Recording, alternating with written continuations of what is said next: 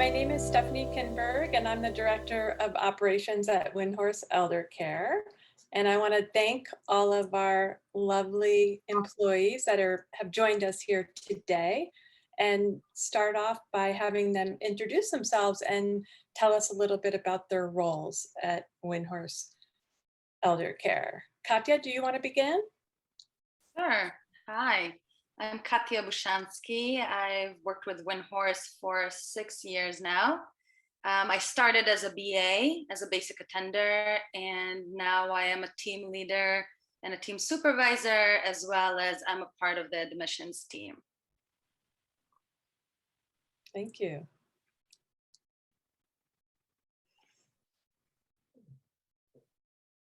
Should we just go ahead? Sure, Sarah. My name is Sarah. I've been working with Windhorse for about 3 years. I also started off as a BA and also on the on-call team. And I'm currently working as a team supervisor, a team lead trainer, and also a team leader. Wonderful, thank you. Nate? Hi, everyone. My name is Nate Pear, and I'm a basic attender at Windhorse, and I've been a BA with Windhorse for 14 months. Thank you. So we wanted to give you all a chance to talk a little bit about your work at Windhorse and why you feel as though it's unique.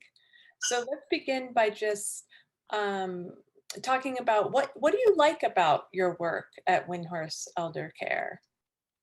And please, just anyone can speak as they please. Sure. I can say something about group model. I think that that's the highlight of working at Windhorse for me. In all of my roles, I never feel like I'm working alone. There's kind of a group mind that is always at play and is always considered, whether it's in team meetings and all the way to leadership circles. I very rarely am I working on a problem or on a kind of like on a riddle alone. And there's always people to work with. Yeah, I think on a similar note, just the sense of community that's involved with Windhorse. There's so many just open-minded and just genuinely interesting people that we work with. And also just this feeling of doing something very meaningful and work that just really lines up with my own values and ethics. Yeah, I'd say that's the thing that I like the most about working for Windhorse. Yeah, one thing, I love many things about working with Windhorse, but one thing that's coming up right now is just the value of process over outcomes. Oftentimes, it's really just about being in the moment and sharing my process and sharing process with the elders I work with as well. So I really love, others have mentioned this, friendship is a big part of that for me. Developing relationship with the clients and also with the staff that I work with. The orientation towards friendship and towards process and moving together through life, being there for the elders in the ways that we can and as their needs shift. So it's not static at all. And that's what I love about, Windhorse. Thank you all for sharing. And you're all coming from a different perspective as well, but very similar. I'm wondering also, so each one of you talked about the unique characteristics of working at Windhorse Elder Care and the model. I'm curious, what else do you think is unique about the Windhorse Elder Care model and the approach?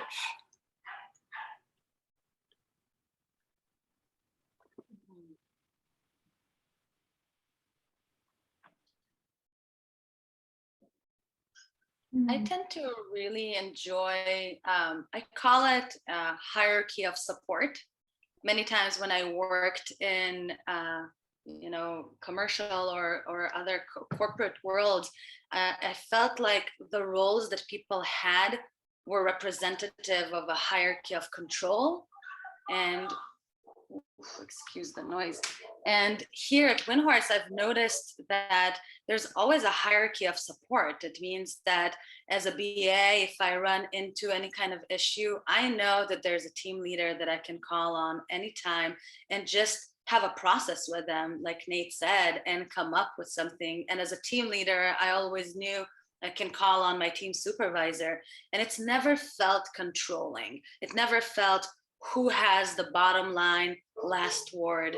It always felt like a BA's word is as equal as a team supervisor's word in so many situations. And the only reason why we have those roles is so that people feel really supported. And it tremendously supported me as in every role that I have, to know that I'm actually, I don't have to be alone in this.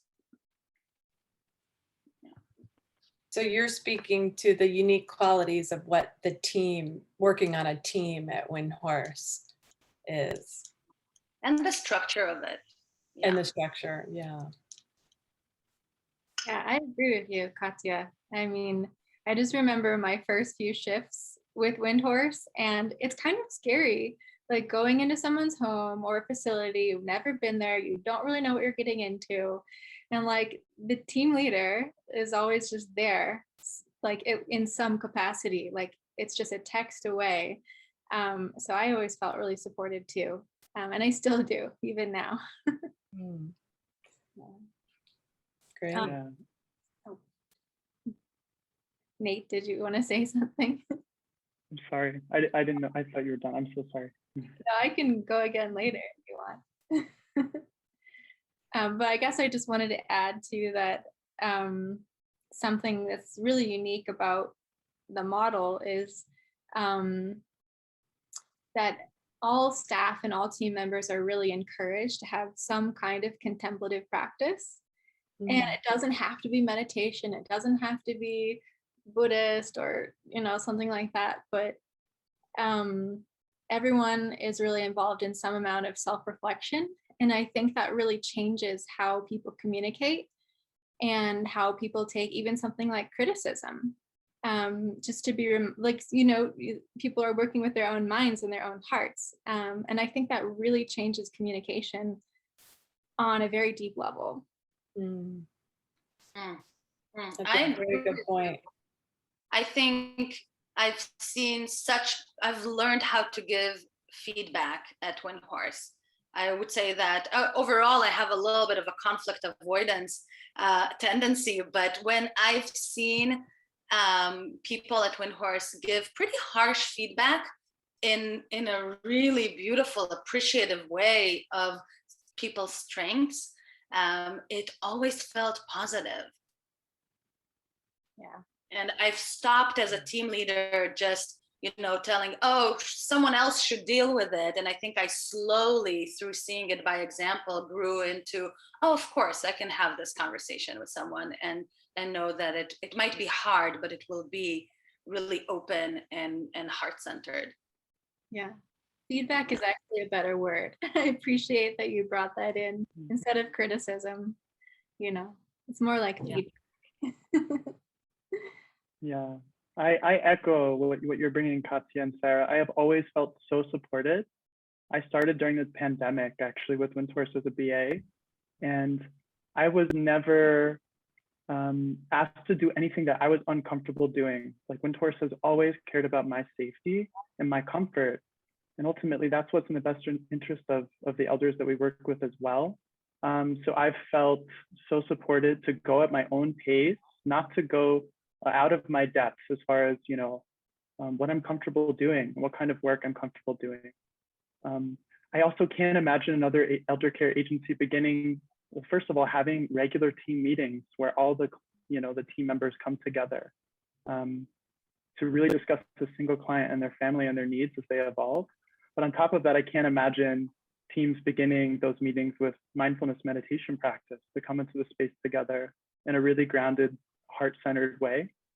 And I guess just the last thing I want to say too, that is really unique, that I feel is unique, is the heart-centered model of care as opposed to like kind of a task-oriented model where the work is really viewed as a checklist of things that needs to be done, and the elder in that way can become a chore that needs to be completed. But at Windhorse, I've always felt empowered to be in relationship with another human being rather than to complete tasks like as the priority. And I think that's really, really special. Well said. Yeah. Yes, thank you. Appreciate all the points you all just brought up. And Nate, you were saying you spoke about the elders we work with. I'm curious, tell me a little more about the people we work with and why you like working with them.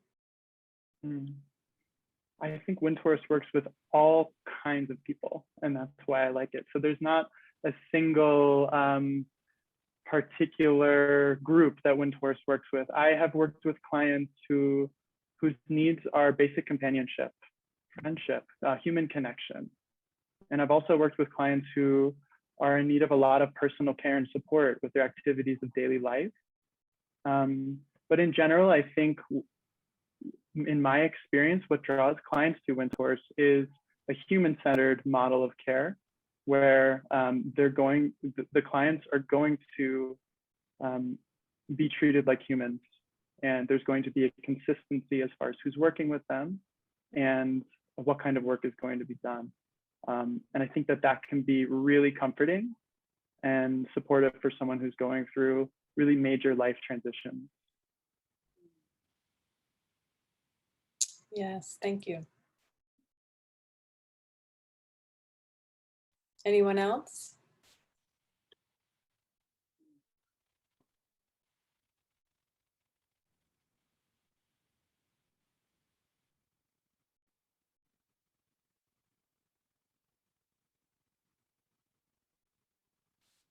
Yeah, I mean, I would echo just something similar to Nate. I mean, we're working with real humans, right? And it's really about humanity and not treating clients like tasks, and actually just relating with them as a really unique person and meeting them as a unique person.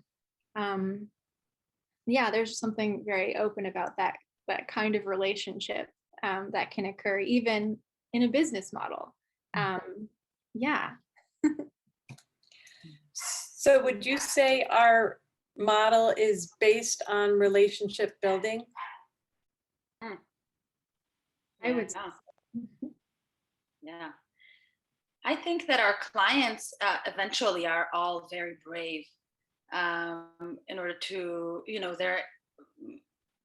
most all of them are in a big life transition, and some would say maybe the last part of it. And we are meeting them at a point where they are not at all how they were for the last few decades, and they have no idea what's coming. And it's a very fragile, can be a fragile, vulnerable moment. And it takes a lot of courage to invite someone to see you in that space and get to know you as this human. And I think where this magic happens is when BAs come into the picture and a whole team comes into the picture, and we are encouraged to see who this person used to be, who they are now. What do we envision for them for the next few months or years, and how is their transition going to look like? And we're kind of all crafting it together with a client. That's such a good point. And you spoke about the Windhorse magic. And Katya, I'm wondering if you could talk a little more about the emphasis that we put on, especially in the admissions team, with finding the best fit. Windhorse really puts a lot of effort into creating the best fits possible, so the client's happy as well as the caregiver's happy, and they enjoy working with one another, which is also, I think, a unique aspect of this work. Could you talk a little more about that, Katya?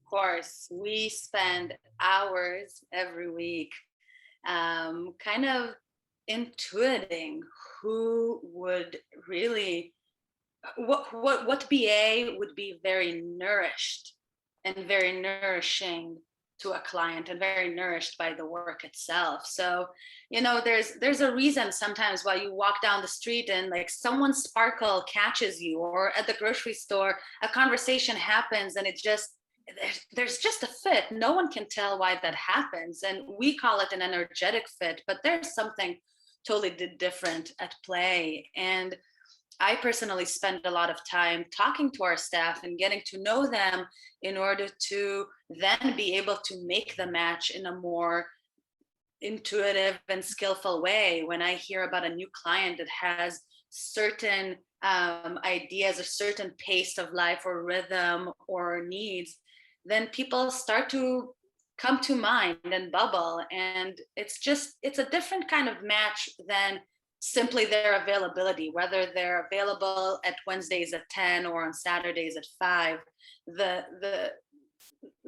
There's so much more at play, and we try to find a good spot for everybody so that someone can show up to a client's home and be really met by the client and really meet that person.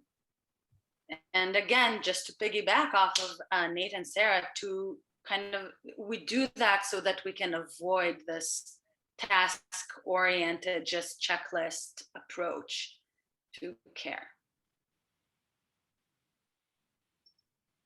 Thank you. Well said. I'm curious, how would you all feel about referring a friend to Windhorse Elder Care for a job, or a client?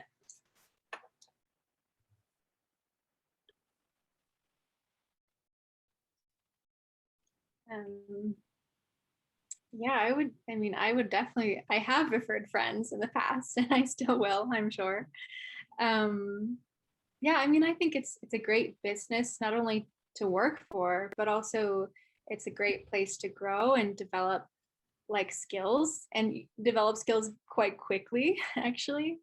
Yeah, we have different trainings that happen throughout the year, but also just like learning about personal and interpersonal skills like clear communication, holding boundaries for yourself and others, both literally and energetically sometimes. And yeah, and also like just learning how to maintain like a clear and calm mind and heart in situations that sometimes aren't super comfortable. Like, to be realistic, like every day, every day in our own lives, but every day, especially in the clients' lives, we're faced with death and dying and impermanence. And the kind of skills that you develop when you're faced with those circumstances every day are just so incredibly meaningful, like beyond just knowing how to communicate or things like that. Like this is a really human like reality that we face every day. And I think a lot can grow out of that. Excellent. Happy to hear you say that. Yeah, I think I would refer friends to work for Windhorse for all the reasons we've talked about.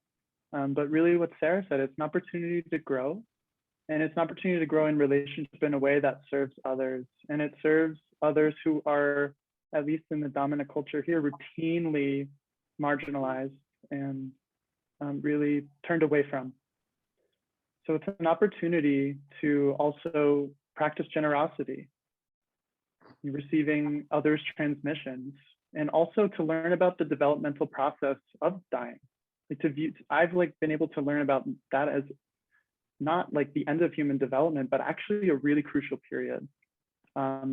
So I also, and the elders, it's an opportunity to receive generosity from the elders as well. Like I have learned so much just from being around the clients I've been around, even those that are nonverbal, just being around them. And with those gifts, not only can I grow in the work that I want to do in my life with helping others, even if it's not with elders, but also with my own family in relation to my own mortality. It's the stuff of life. Death is always here.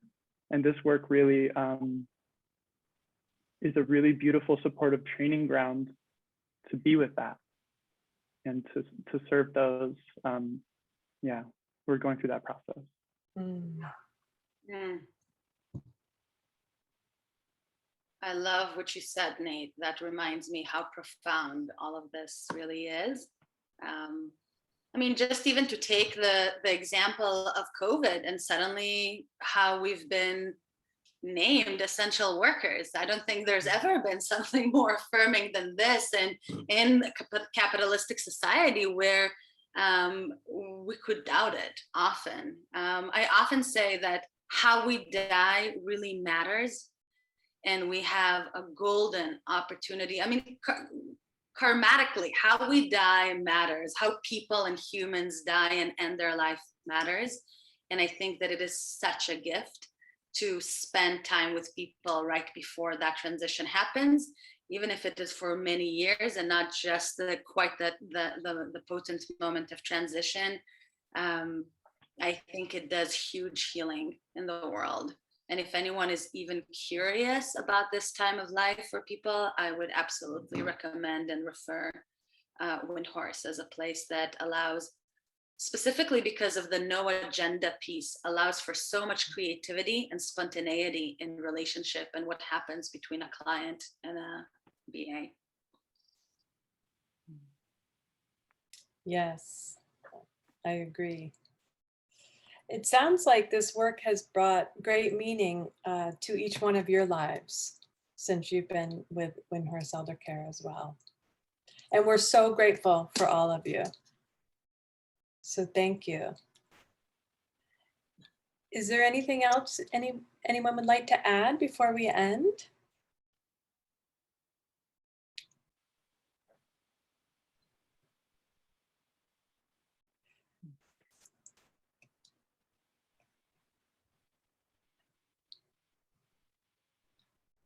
Okay, well, maybe we'll go ahead and end now.